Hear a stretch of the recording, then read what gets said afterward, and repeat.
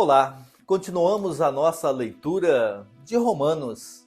Neste capítulo de hoje, percebemos que o apóstolo Paulo nos diz que tanto judeu como não judeu são iguais, fazem parte de um mesmo bolo.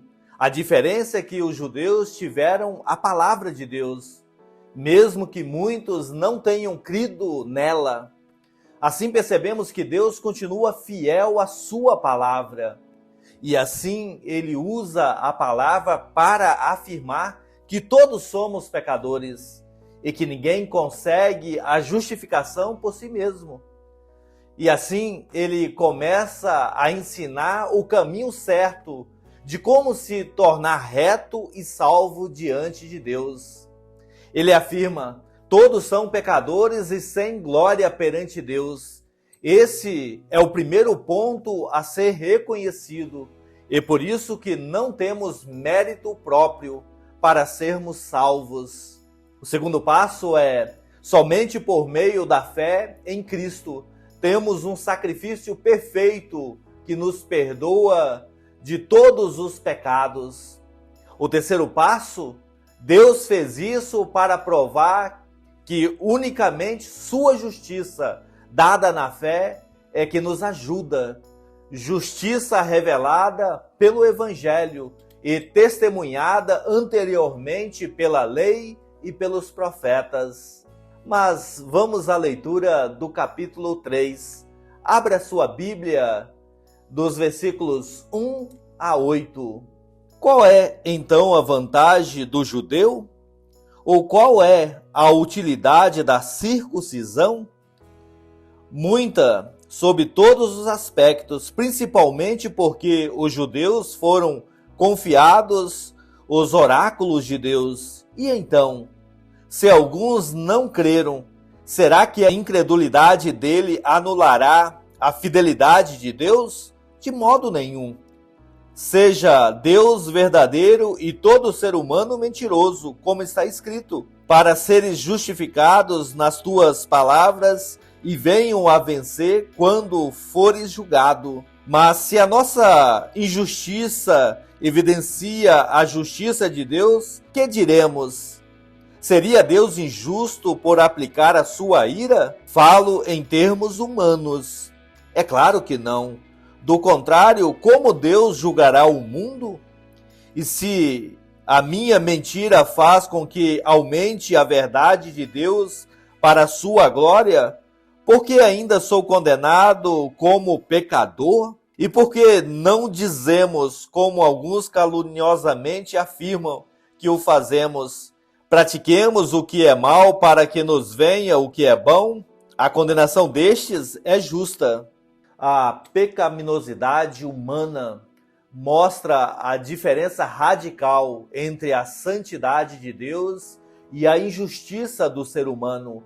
Deus fez alianças com o seu povo, mas nós quebramos nossas promessas. Quão benditos somos pelo fato de nossa infidelidade não conseguir anular a fidelidade de Deus. Ele nos redime porque é gracioso. O seu amor é que acaba tornando tudo perfeito na vida daquele que crê. Continuamos a leitura dos versículos 9 até o 18, que se conclui: temos nós alguma vantagem? Não, de forma nenhuma, pois já temos demonstrado que todos, tanto os judeus como gregos, estão debaixo do pecado. Como está escrito: não há justo nenhum sequer, não há quem entenda, não há quem busque a Deus. Todos se desviaram e juntamente se tornaram inúteis. Não há quem faça o bem, não há nenhum sequer. A garganta deles é sepulcro aberto, com a língua enganam, veneno de víbora está nos seus lábios. A boca eles a têm cheio de maldição e amargura. Os seus pés são velozes para derramar sangue. Nos seus caminhos há destruição e miséria. Eles não conhecem o caminho da paz. Não há temor de Deus diante dos seus olhos. 6 citações do Antigo Testamento que demonstram a pecaminosidade humana, resumida pelo versículo 10. Não há justo. Pelo pecado de Adão, a natureza e a essência humana está inteiramente corrompida. A causa desse pecado sem arrependimento é que ninguém possui fé e temor de Deus. Temor aqui não é ter medo, mas sim ter Deus em alta honra em sua vida. Continuamos a leitura dos versículos 19 a 31. Ora, sabemos que tudo o que a lei diz é dito ao que vive sob a lei, para que toda boca se cale e todo mundo seja culpável diante de Deus, porque ninguém será justificado diante de Deus por obras da lei, pois pela lei vem o pleno conhecimento do pecado. Mas agora, sem lei, a justiça de Deus se manifestou, sendo testemunhada pela lei e pelos profetas. É a justiça de Deus mediante a fé em Jesus Cristo, para todos e sobre todos os que creem.